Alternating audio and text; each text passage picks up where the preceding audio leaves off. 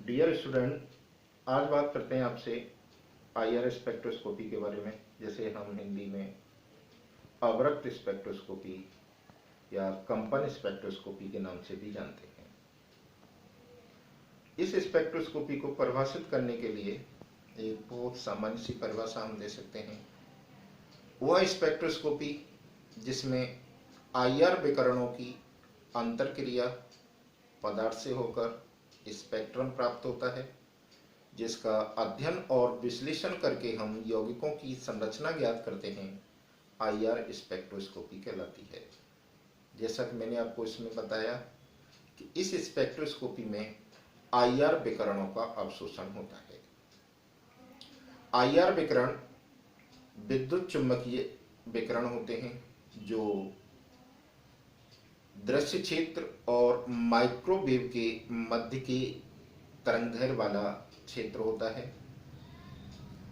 इसकी तरंगदैर्घ्य की परास 800 नैनोमीटर से 2 लाख नैनोमीटर के मध्य होती है।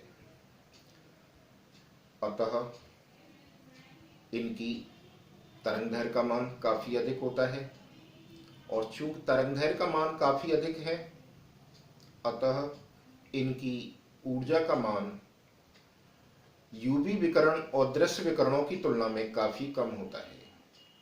यह मान इतना कम होता है कि इसके द्वारा या इन विकिरणों के अवशोषण से यौगिक में किसी प्रकार के इलेक्ट्रॉनिक संक्रमण की तो संभावना नहीं होती, लेकिन उनमें उपस्थित विभिन्न बंधों में विभिन्न प्रकार के कंपन होने लगते हैं, जिनके कारण आईआर स्पेक्ट्रम प्राप्त होता है।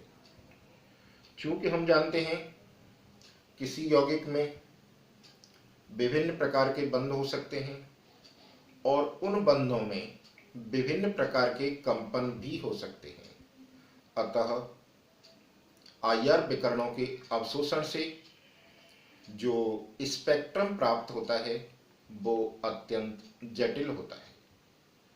और वास्तव में देखा जाए तो इसकी जटिलता ही इसकी उपयोगिता है, क्योंकि जटिल होने के कारण किन्हीं भी दो यौगिकों के आईआर स्पेक्ट्रम प्रतिबिंब रूपों को छोड़कर एक समान नहीं हो सकते। अतः इस आधार पर विभिन्न यौगिकों की संरचना और उनमें अंतर आसानी से ज्ञात किया जा सकता है। जैसा कि मैंने आपको बताया, आईआर विकिरणों की तरंगदैर्घ्य काफी अधिक होती है। इसकी तरंगदैर्घ्य की परास 800 नैनोमीटर से 2 लाख नैनोमीटर के मध्य होती है। चूंकि ये मान काफी अधिक है, अतः आईआर स्पेक्ट्रोस्कोपी में आईआर स्पेक्ट्रम की व्यक्त करने के लिए तरंगदैर्घ्य को नैनोमीटर के बजाय माइक्रोमीटर में व्यक्त करते हैं, और 1 माइक्रोमीटर बराबर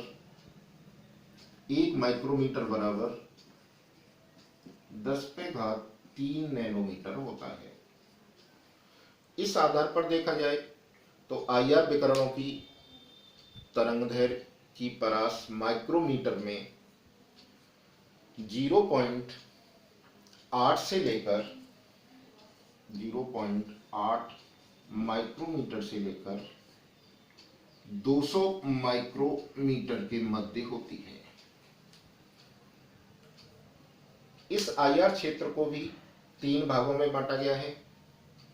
निकटस्थ आईआर क्षेत्र या नियर आईआर रीजन,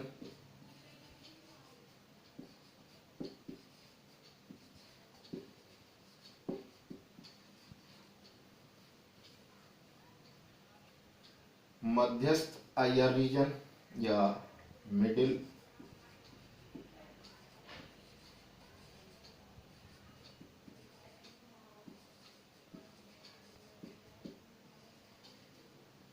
और फार आईआर रीजन या फार इंफ्रारेड रीजन।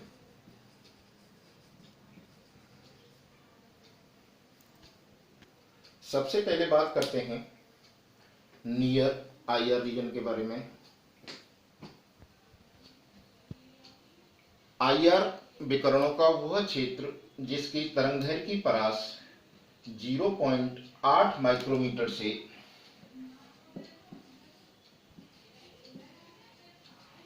2.5 माइक्रोमीटर के मध्य होती है, नियर आईआर रीजन कहलाता है।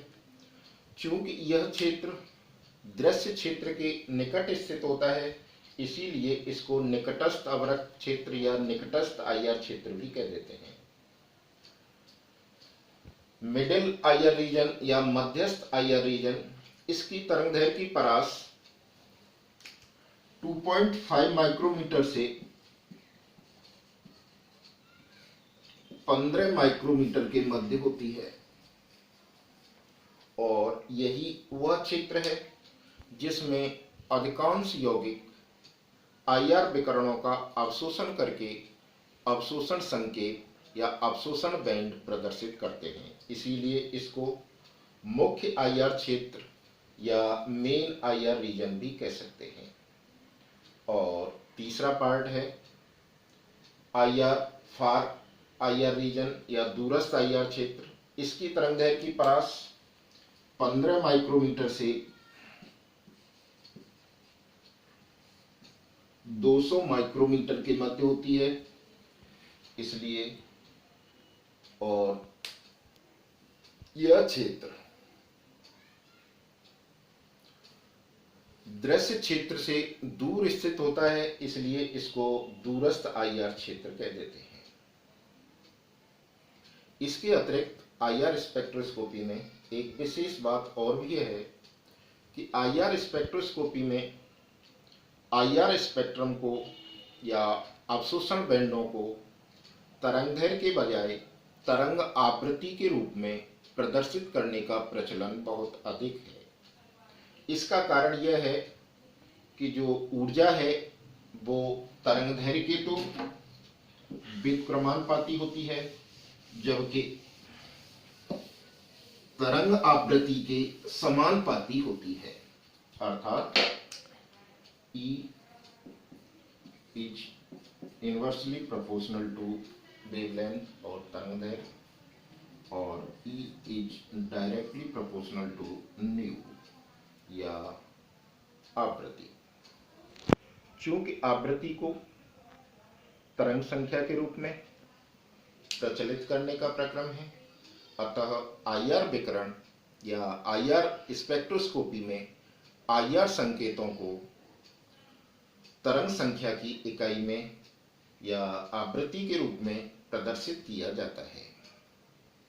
तरंग संख्या की इकाई में किसी भी अवशोषण संकेत के लिए मान ज्ञात करने के लिए एक फॉर्मूला या सूत्र है, न्यू पे बार इक्वल टू 10⁴/λ। अर्थात जो आईआर विकिरणों की तरंगदैर्घ्य है उससे 10⁴ या 10,000 को भाग दे देते हैं, तो हमें तरंग संख्या की इकाई अर्थात सेंटीमीटर्स में आईआर विकिरणों की परास या आईआर क्षेत्र की परास ज्ञात हो जाती है।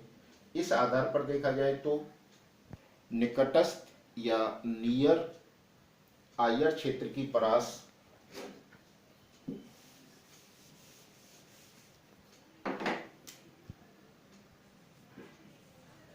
नियर आईआर क्षेत्र 12,500 से 4,000 सेंटीमीटर इनवर्स के मध्य होगी। मिडिल आईआर रीजन की तरंगदैर्घ्य की परास 4,000 सेंटीमीटर इनवर्स से 667 सेंटीमीटर इनवर्स होती है, और फार आईआर की तरंग संख्या की परास 667 से 50 सेंटीमीटर इनवर्स के मध्य होती है।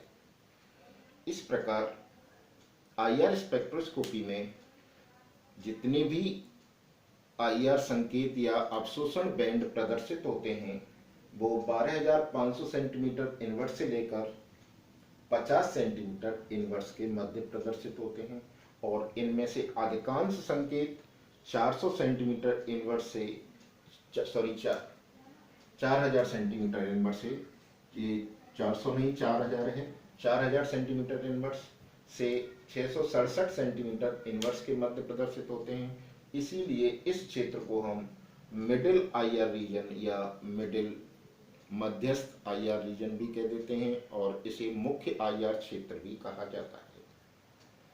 This is all in this video.